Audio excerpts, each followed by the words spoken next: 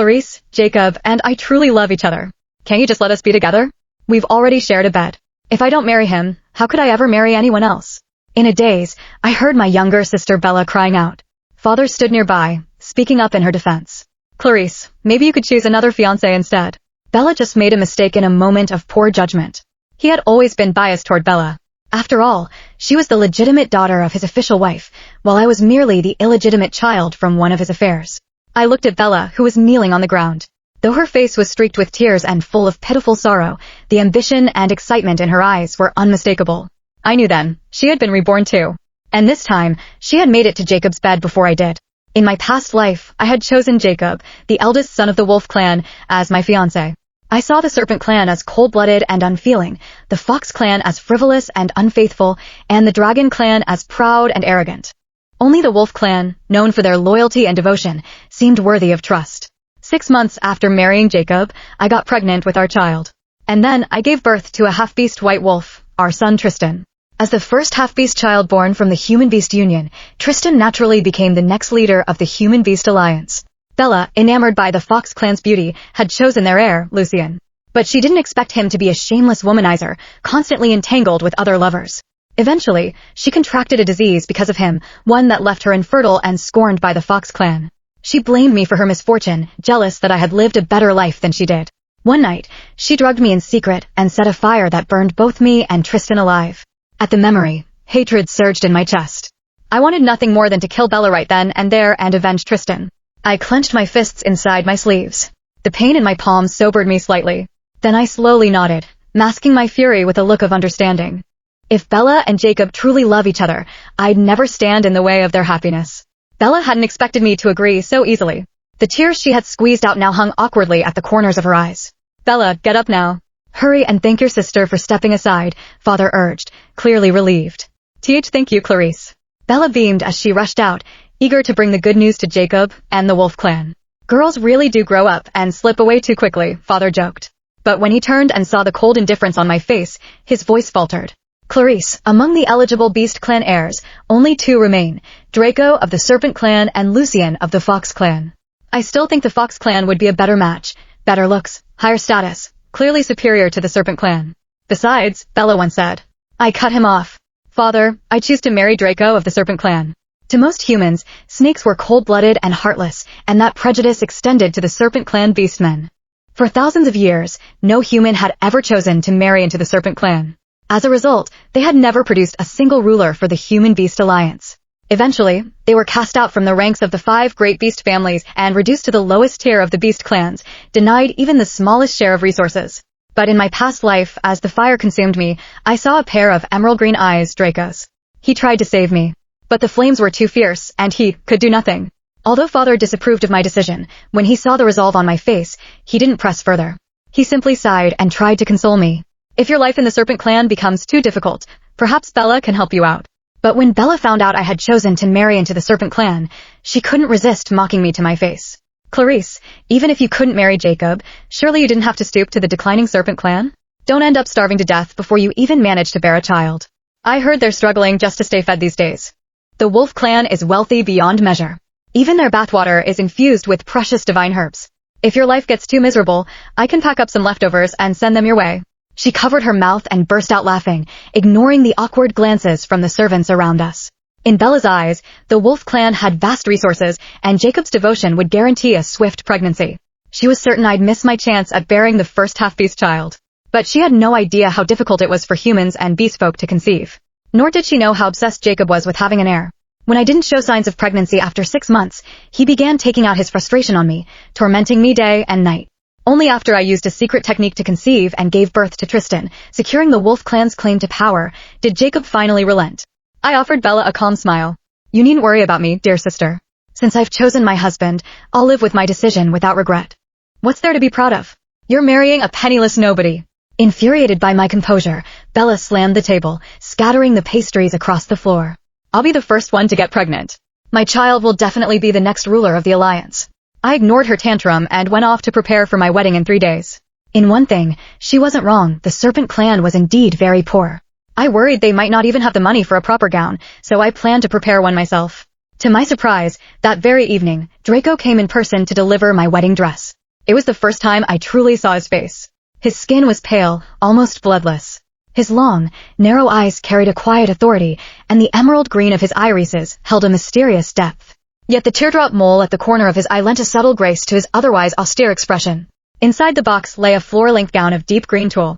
The bodice shimmered faintly with scales, snake scales, stitched into the fabric. I had never seen such a beautiful dress. For a moment, I was completely captivated. "Clarice," Draco said calmly, "this gown was hand-stitched by our Serpent Clan's finest seamstresses. Each scale was a blessing offered by our people."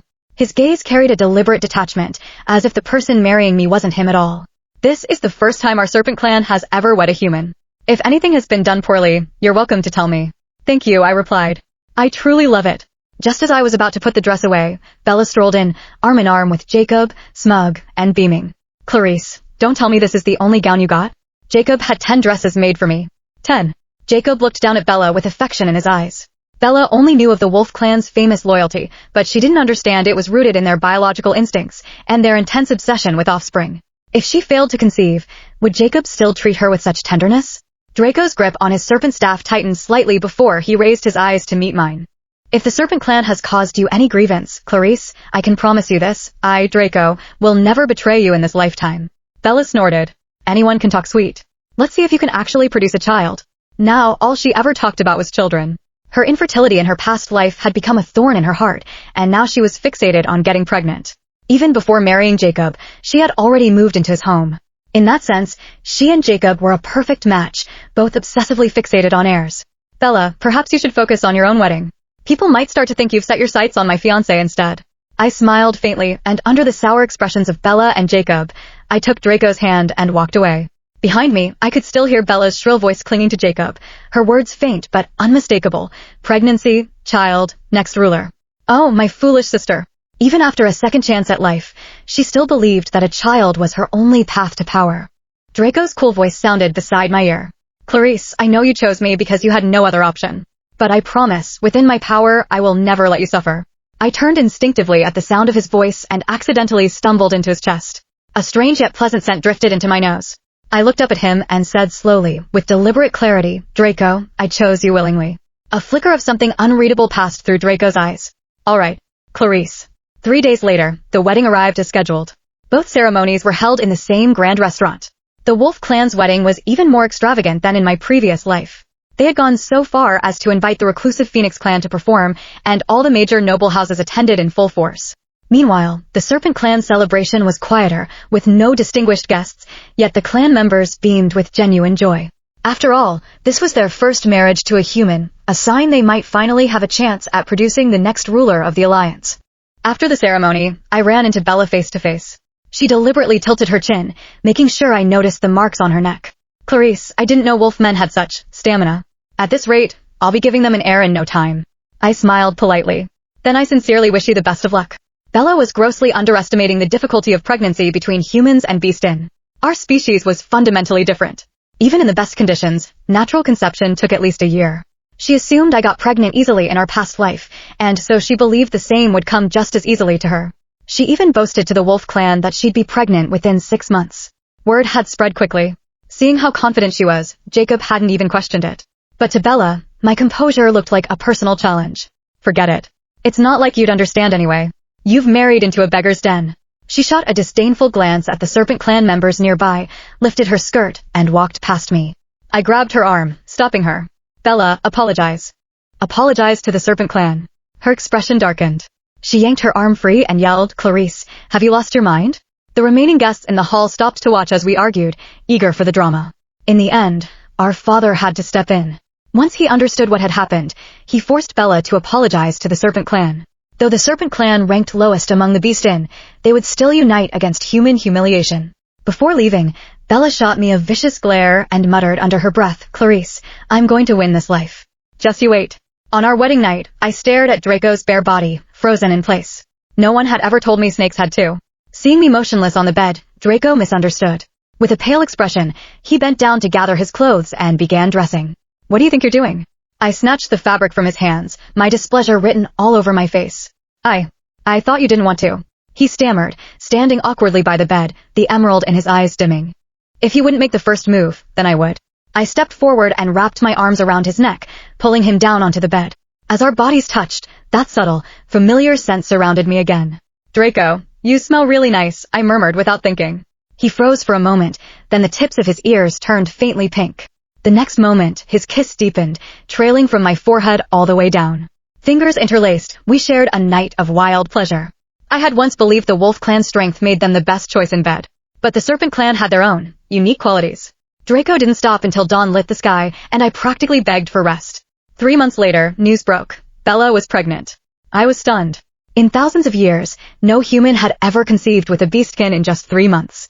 Had I not seen her swollen belly with my own eyes, I wouldn't have believed it. The Wolf Clan threw a grand celebration for the unborn child, inviting